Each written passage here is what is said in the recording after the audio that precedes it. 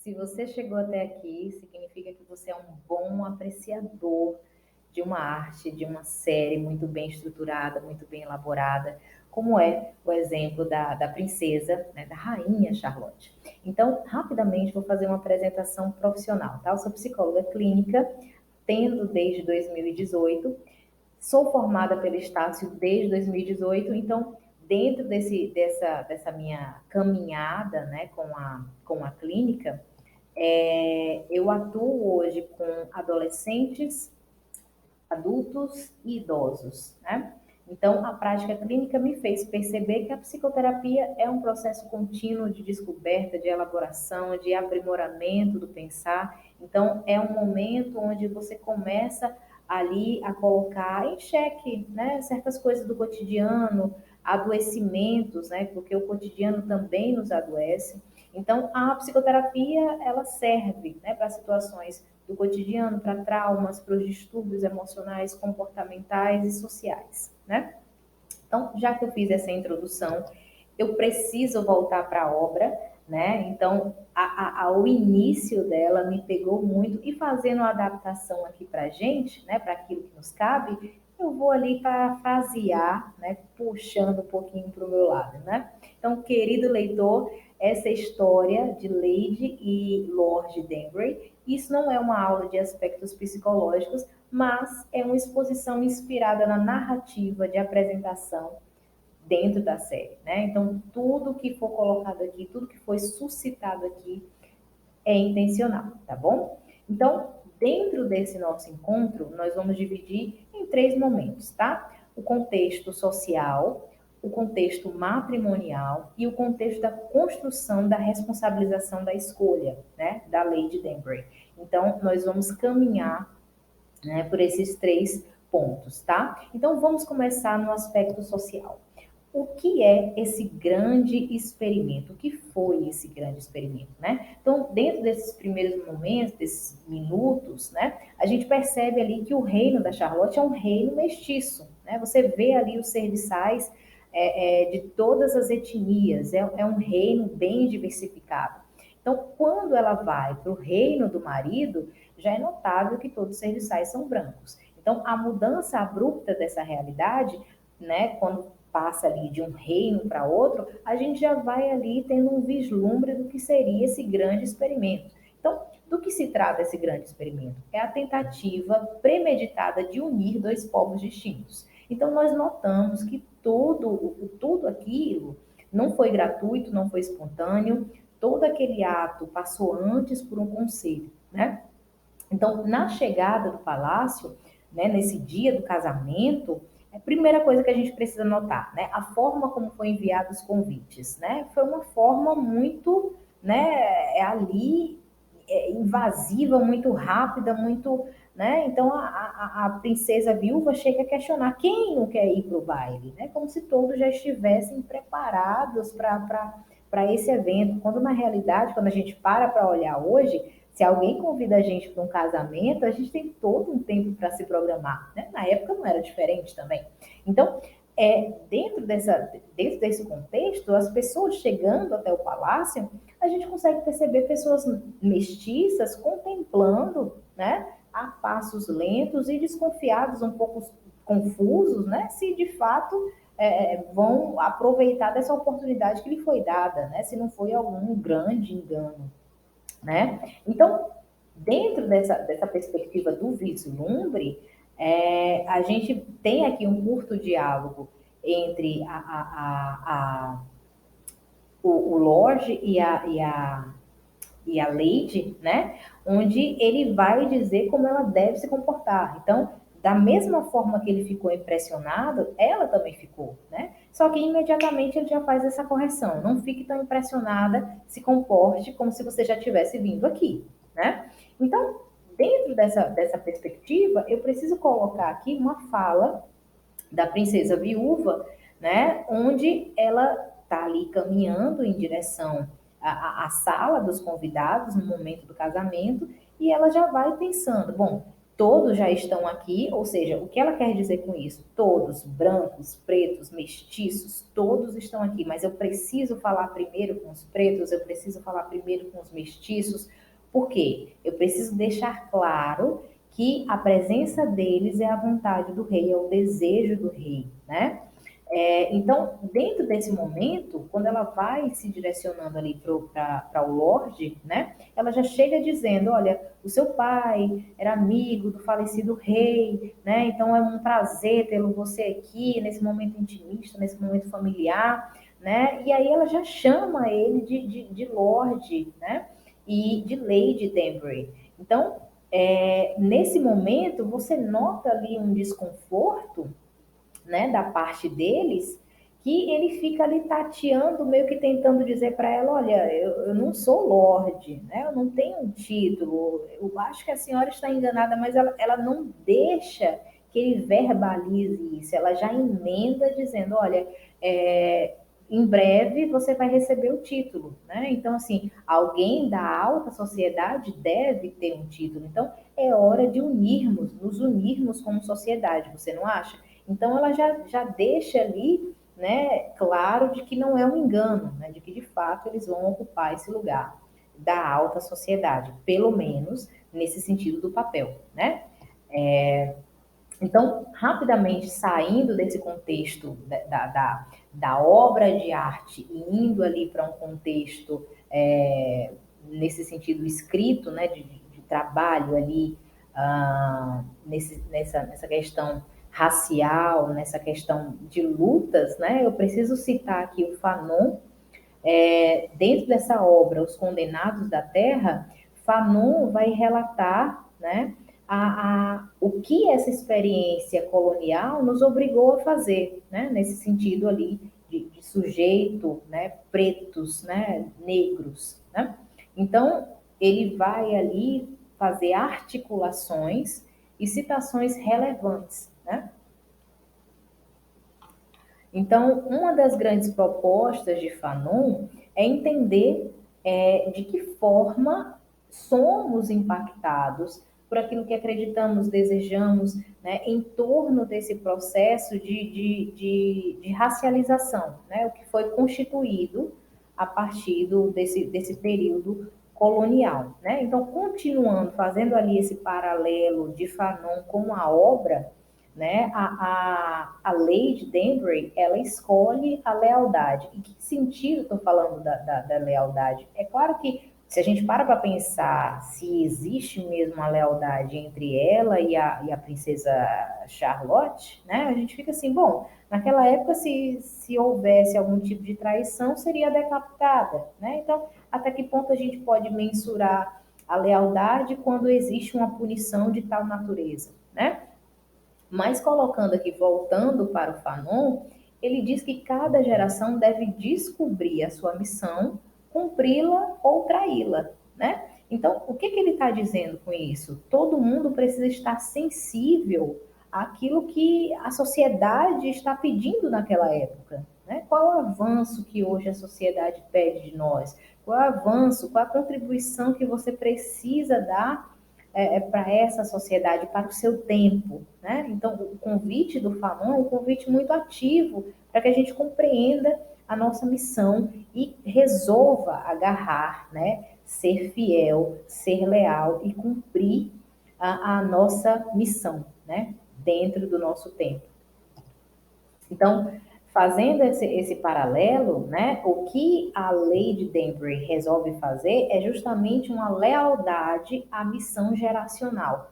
Ora, o que isso quer dizer? Né? O que significa essa missão geracional? O que significa ser leal à sua geração, né? Ao seu momento, ao seu papel, aquilo que lhe cabe, né? À posição que você conseguiu chegar. Então, a Lady Danbury, ela é muito consciente, né? Embora ela seja bem intuitiva, ela é muito consciente daquilo que cabe a ela, né? Conquistou alguma coisa, lhe cabe fazer algo com essa conquista, né? Então, eu coloquei aqui essa questão do diálogo delas em relação se houve ou não a noite de núpcias, né?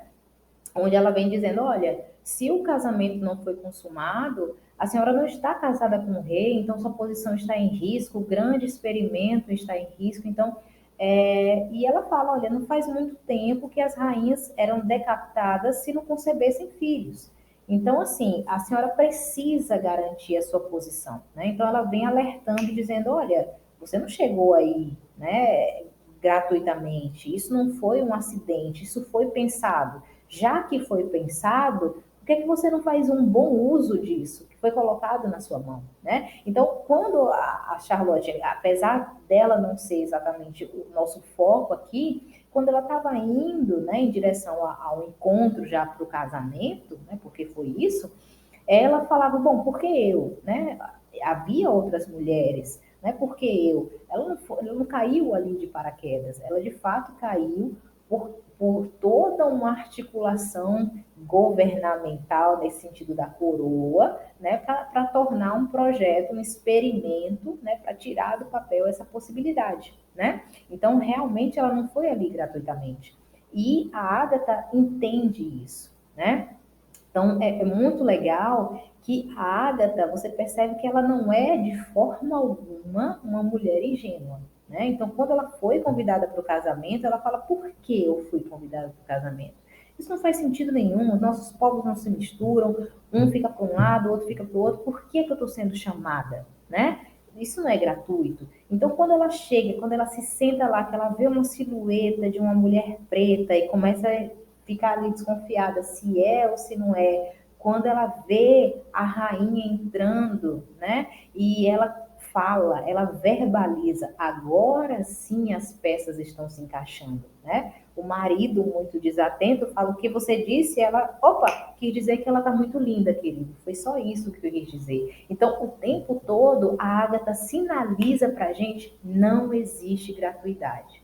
Não existe gratuidade. Tudo tem uma causa, tudo tem uma articulação. Não existe gratuidade. Então, a Agatha é uma mulher muito viva, né? Eu falei até um pouco aqui a respeito desse aspecto psicológico dela, tá? Então, aqui, né, a gente vai falar a respeito dessa conversa do chá, né? Esse chá que foi de uma forma despretensiosa, né? Eu coloquei esse slide um pouquinho antes de vou só voltar aqui para vocês entenderem esse contexto melhor, tá? Então, quando ela foi chamada para esse chá, né? Ela teve o seguinte diálogo com o marido, né? O que a princesa viúva quer com você? Eu não sei. E o marido fala: olha, mas é a minha família que tinha amizade com o falecido rei, você não é ninguém. E a Agatha ainda tem a sabedoria e o sangue de barata de concordar e falar: querido, realmente você tem razão, eu não sou ninguém. Mas, querido, com certeza eu estou sendo chamada lá por conta da sua reputação, pelo aquilo que você representa. Então, eu prometo lhe contar todos os detalhes, né? E aí, como já diz Freud, a gente está sempre disposto a duelar, a guerrear por tudo, mas no menor elogio a gente, né, já baixa a guarda. Então, ela foi ali, encheu o marido de elogios, né, dizendo, olha, com certeza é por sua causa, realmente eu não sou ninguém, né? Então, voltando aqui para esse contexto, depois que ela foi chamada pela viúva, né, pela princesa viúva, tem esse embate aí dos titãs, né? Onde ela começa a dizer, bom, qual é a relevância de um chá, né? Nós não falamos nada de relevante para um chá. Então, e a viúva vai conduzindo, e a Ágata também vai conduzindo, né? Mas o mais interessante é justamente nesse ponto onde ela se transforma em Lady Danbury, realmente, né? Onde ela resolve assumir o lugar que ela foi colocada, né? Então, nesse momento, a princesa viúva, na primeira oportunidade, ela quis ali desdenhar com a Ágata, né? Então, ela chamou ela de Ágata, mas não satisfeita, ela chamou ela de menina, né? Então não se faça de boba, menina, né? E aí a Ágata imediatamente faz a correção e a repreensão, né? Dizendo, não, Lady Danbury, né? O título que Vossa Alteza teve a gentileza de me conceder, né? Então, assim, já que você quer tanto dar conta do que está acontecendo lá no palácio, eu também tenho as minhas necessidades, né? E aí, essa princesa, a princesa viúva, debocha dela, falando: bom, então o que você quer é dinheiro, né? E a Agatha novamente resgata ela para esse entendimento de que, olha, eu não preciso de dinheiro, não é sobre isso que eu quero falar. Né? O meu marido é rico, né? Meu marido também é de uma família de reis, de rainhas, tem toda uma linhagem. Então, o que eu quero, né, é justamente essa possibilidade do meu marido ser convidado para caçadas, que eu tenha acesso aos melhores estilistas, que eu tenha acesso ao melhor lugar da ópera. Então, é isso que eu quero. O que eu quero é acesso, né? O que eu quero é ter liberdade para transitar na alta sociedade, ser reconhecida como alta sociedade. Então, um título que não vem acompanhado de terras, que não vem acompanhado, né, de todos os bônus, é só um papel, né? Então, nesse momento, a viúva, né, fala: bom, você me surpreende, eu achei que você fosse quietinha. E ela diz: bom, eu não sou quietinha, né? É meu marido que é espalhafatoso. Então, ela ali está dizendo: olha, eu sou eu, ele é ele, né? Mas a gente precisa ter, de fato, uma união aqui entre mulheres, né? E o mais interessante é que a viúva chega dizendo: olha, isso que você está querendo é ganância, você está pedindo muita coisa, né? Então, ter igualdade já é ganância. Então, você só tem que ter vamos dizer assim, uma ideia de igualdade, não é para você se igualar, né? Então, aí a gente volta a essa questão do racismo, né? Que não é algo que eu quero abordar aqui, mas é justamente sobre isso. Que quando você diz: eu não tenho preconceito, tudo tem que ser igual, mas no menor, né, de sabor, você faz a pessoa lembrar ali que precisa ter gratidão, né? Onde ela diz: olha, você deveria ser grata, né? Pelo que eu lhe dei, pelo que eu quero, né? Você tem que se submeter, porque eu já lhe dei uma coisinha, eu já lhe dei uma migalha, então você tem que se submeter a isso, né? E aí a Agatha sustenta e diz: bom, se você quiser tanto saber o que acontece no palácio, porque até onde eu entendi, se você não tiver essas informações, alguém vai estar no seu encalço, né? Ou seja, a Agatha coloca tudo na mesa, falando assim: olha, você tem tantas necessidades quanto eu, né? Então, assim, vamos falar aqui de mulher para mulher, que o meu interesse é isso, né? E o seu interesse é saber o que está acontecendo lá. Então, ela finaliza com essa fala de que já tem que ter uma igualdade na alta sociedade e nós podemos ser gratas uma à outra, né? Ou seja, me dê que eu posso lhe dar também. Se você não me dá, também não tem porquê eu ceder nada para você, né? Então, indo aqui para esse contexto do imóvel, né, onde a gente percebe que aquilo se concretiza, que aquilo que ela verbalizou se materializou através ali em forma de imóvel, em forma de terras, em forma de gado e etc.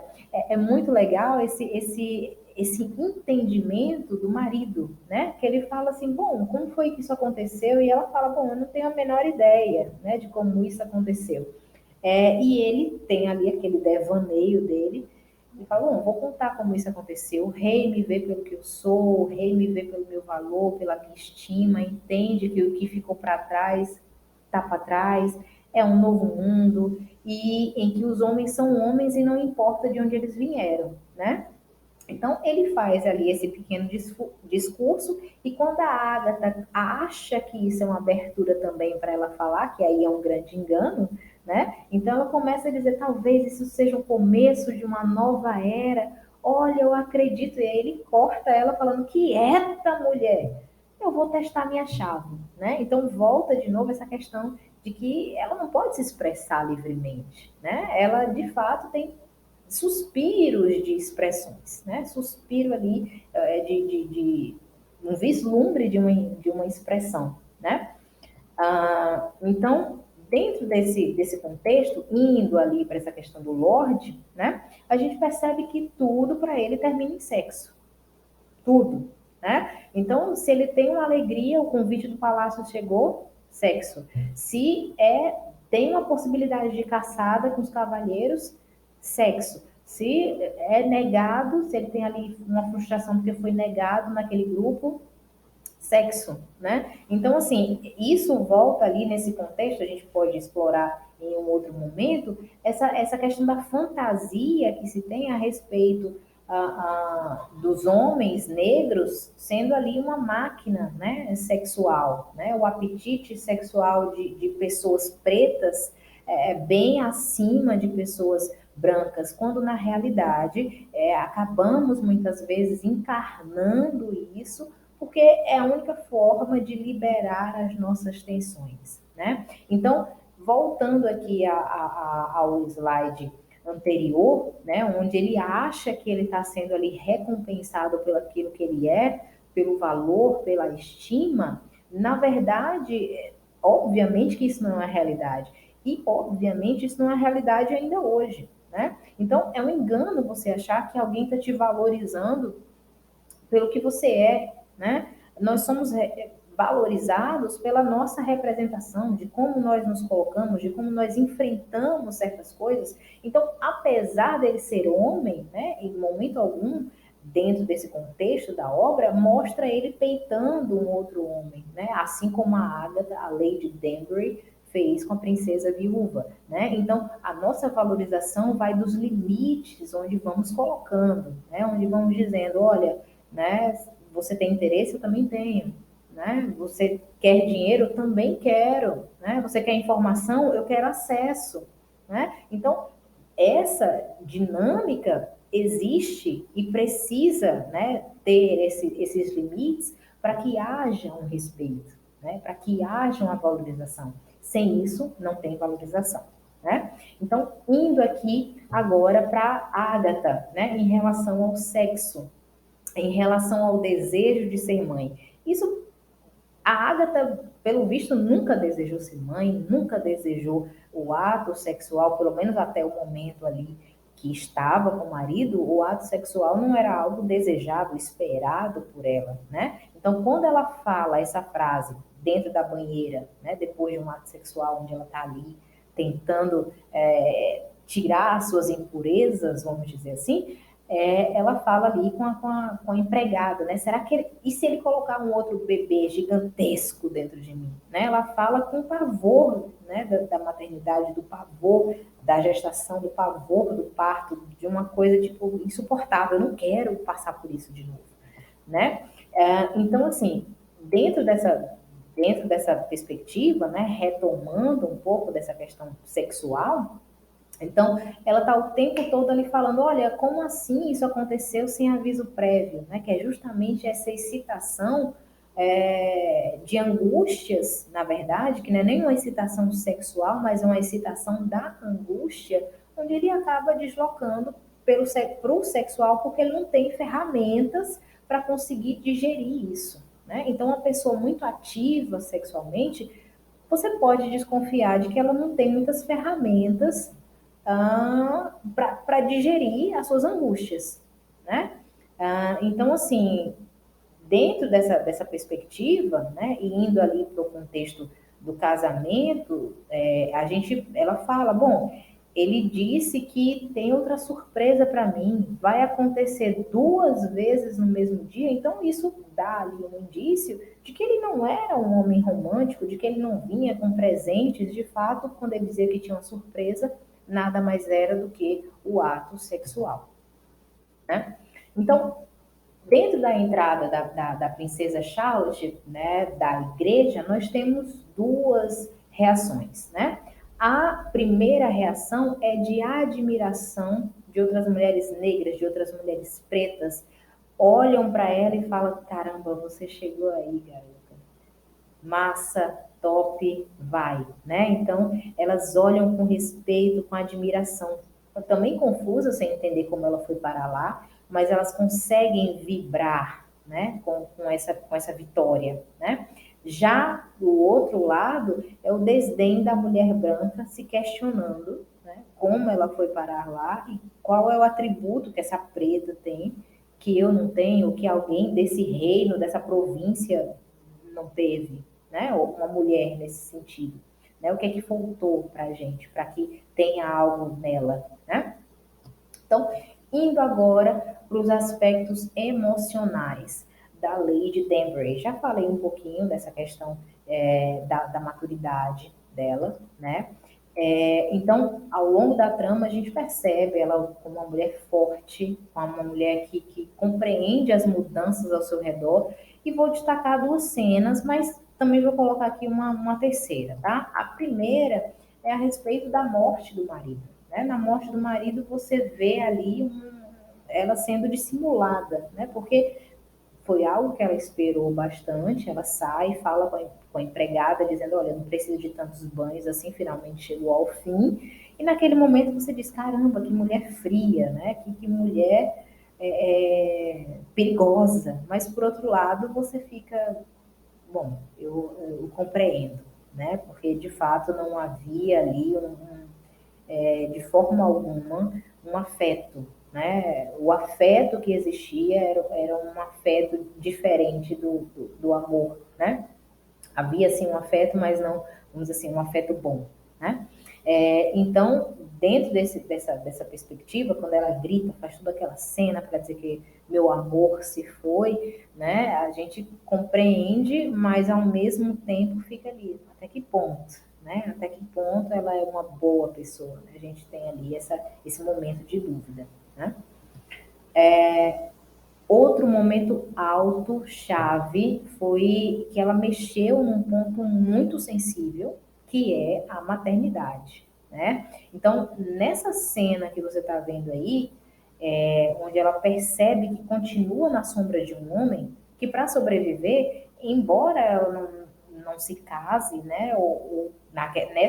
Nessa hora especificamente, ela não sabe se vai se casar de novo ou não, né? Ela está querendo apenas sobreviver, manter a vida dela, não sabe muito bem ainda como vai fazer isso, né? Então, nesse momento, ela percebe que ela continua na sombra de um homem, na sombra de um menino agora, mas por ser a continuidade do marido, por ser a continuidade, né? O título foi transferido para o menino, e é claro que isso também ela vai lutar como uma leoa para defender esse título. A princesa viúva também dificulta um pouco o conselho, fica ali tossindo, não chama ele de Lorde, né?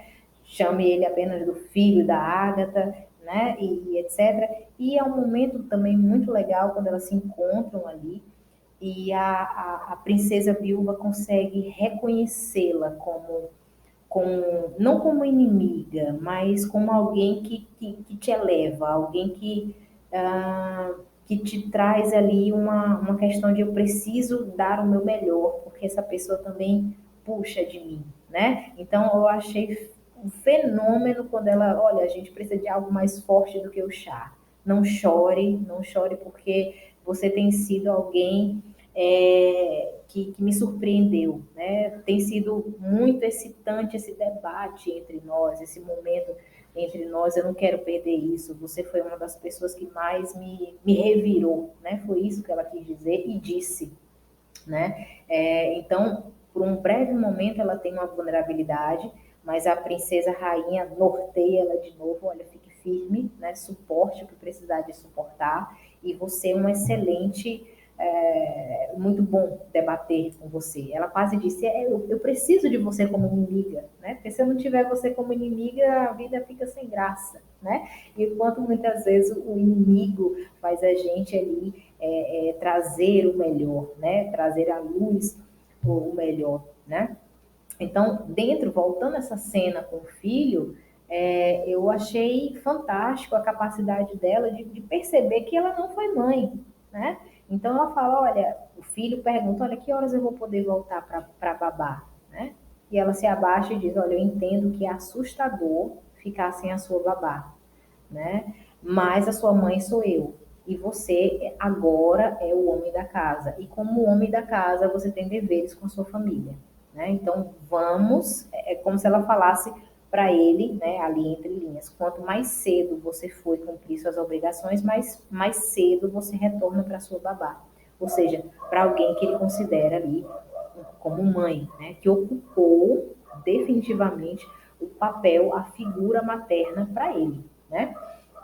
Então foi muito legal essa capacidade que ela teve de se reconhecer como não mãe, né? Então, o que a gente vê muito hoje, principalmente dentro do espaço clínico, são mulheres que não ocupam esse lugar da maternidade, terceirizam isso para uma babá, e quando finalmente o filho, a filha começa a dar ali indícios, né, de que ama a babá, não como babá, mas como figura materna, a mãe fica enciumada, corta ali, tira aquela babá, separa a criança, né, dessa pessoa, desse vínculo e começa tudo de novo, né? Então ela tem essa humanidade de reconhecer, olha, eu não fui mãe, né? Eu terceirizei isso para outra pessoa e é isso, né? Então ela reconhece, e não vou dizer que ela fica à vontade, porque você vê que ela fala ali meio que é isso, foi o que eu consegui fazer, né? Isso dói, com certeza isso dói, né? E a última cena é essa escolha da solitude, né? A gente sabe que o irmão da Charlotte pediu ela em casamento, né? Mas ele começou a falar de filhos, começou a falar de como seria a vida dela, e até ele fica, olha, eu acho que eu fui rápido demais, eu acho que eu acabei te assustando, quando na realidade ele não assustou, né? Ele simplesmente trouxe uma realidade que seria dela, né? Então, ela não queria de novo gerar filhos, ela não queria de novo ter esse mundinho de casa, né? Passar pela possibilidade de ter deveres matrimoniais como ela tinha antes, né? Então, pela primeira vez na vida, ela estava tendo um caso onde ela estava ativa, né? E ela falou: bom, eu não vou perder isso. Por questões assim de segundos, a gente é tão esse inconsciente, né, que fica ali dizendo que a figura do homem está aqui, por segundos eu me perdi nessa lógica inconsciente, onde eu fiquei, eu não acredito que ela está deixando de se casar com esse homem para ficar sendo amante de outro. Mas depois eu compreendi que não se trata de ser amante, o que está em jogo ali é a questão da liberdade dela, né? Dessa liberdade de ir e vir, dessa liberdade da não intimidade, né? Da não intimidade contínua, porque o encontro vai ali, tem uma pernoite, tem um momento, um encontro sexual e aquilo ali cessa, né? Cada um depois segue a sua vida.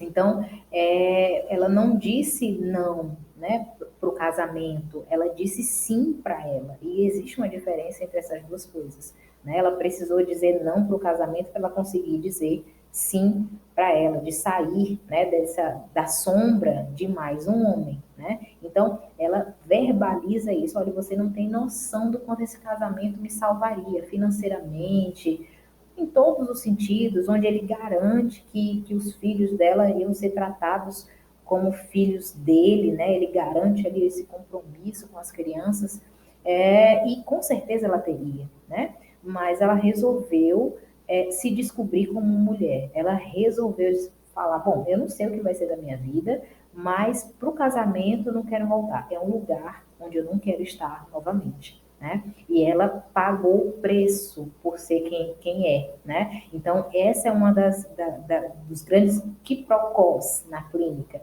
porque muitas vezes as pessoas não querem pagar o preço de ser quem são, né? De ser aquilo que é, porque é algo que lhe dói, é algo que lhe custa. Só ela sabe o custo que foi, né, se tornar Lady Danbury, sustentar Lady Danbury, né, e não retornar para a Agatha, né, nesse sentido